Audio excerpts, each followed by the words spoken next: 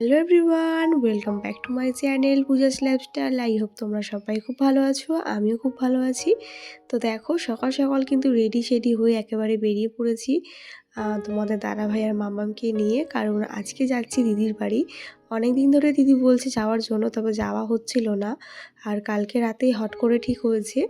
আর তারপরে দেখো আজকে সকাল সকাল কিন্তু ব্যাগপত্র গুছিয়ে একেবারে বেরিয়ে পড়লাম। আর যাচ্ছি হচ্ছে তোমার দাদাভাইয়ের সাথে। তোমার দাদাভাই আমাকে শ্যামনগর স্টেশনে নামিয়ে দেবে, কারণ ও ডিউটি যাবে। তো দেখো মাম্মামও একেবারে পাপার কোলে উঠে গেছে। যেহেতু আজকের দিনটা ছিল সানডে, তাই জন্যই আজকে যাচ্ছি, তাহলে ট্রেনটা একটু ফাঁকা পাওয়া যাবে, নাহলে অফিস টাইমে তো প্রচণ্ড ট্রেনে ভিড় থাকে। তো দেখো এখানে এসে একটু ওয়েট করলাম, কারণ ট্রেন ছিল না। তো আধ ঘন্টার মতন ওয়েট করার পরেই কিন্তু আমাদের ট্রেন চলে আসলো। তারপরে কিন্তু ট্রেনে করে আমরা সোজা রওনা দিয়ে দিলাম শ্যামনগরে যাওয়ার উদ্দেশ্যে। আর ওদিকে স্টেশনে দিদি আর রিজু আমাদের জন্য ওয়েট করছে, আমরা গেলে ওখান থেকে আমাদেরকে নেবে। তো যাই হোক, তোমার দাদাভাই আমাকে আবার আনতে যাবে, তার জন্য ও আজকে আর যাচ্ছে না। আজকে আমাদেরকে ওখানে রেখে ও ডিউটি বেরিয়ে যাবে। তো দেখো বলতে বলতে ট্রেনে উঠে গেলাম। আর মাম্মাম দেখো কত এক্সাইটেড, প্রায় অনেকগুলো দিন পর আমরা ট্রেন জার্নি করছি, কারণ বাড়িও তো বেশ কিছুদিন হয়েছে যাওয়া হয় না। বেশ কিছুদিন নয়, প্রায় 6 মাস তো হয়েই গেছে।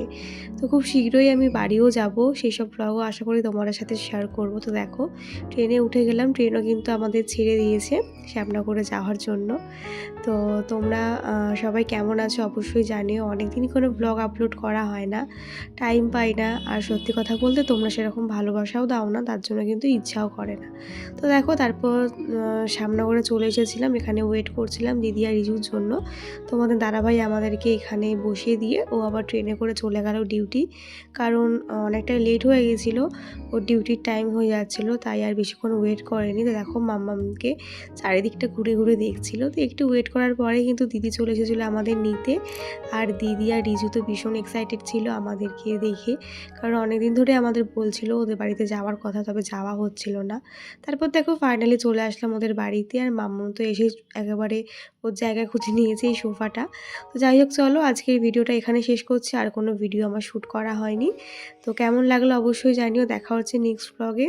তো সবাই সুস্থ থেকো, ভালো থেকো, আর আমার চ্যানেলটা অবশ্যই সাবস্ক্রাইব করে দিও। বাই সবাইকে, দেখা হচ্ছে আবার কোনো নতুন ব্লগে।